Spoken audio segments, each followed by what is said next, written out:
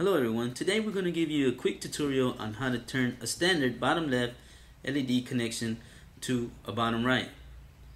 And here we have a standard 17.3 LED panel, and we have a 17.3 flex connector.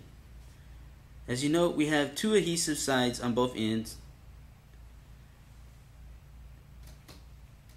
Let's move on to step 1. Always note when connecting the connector, make sure you have the gold teeth pointed upwards.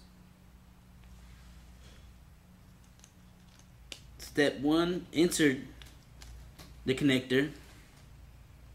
Step 2, remove the adhesive pad.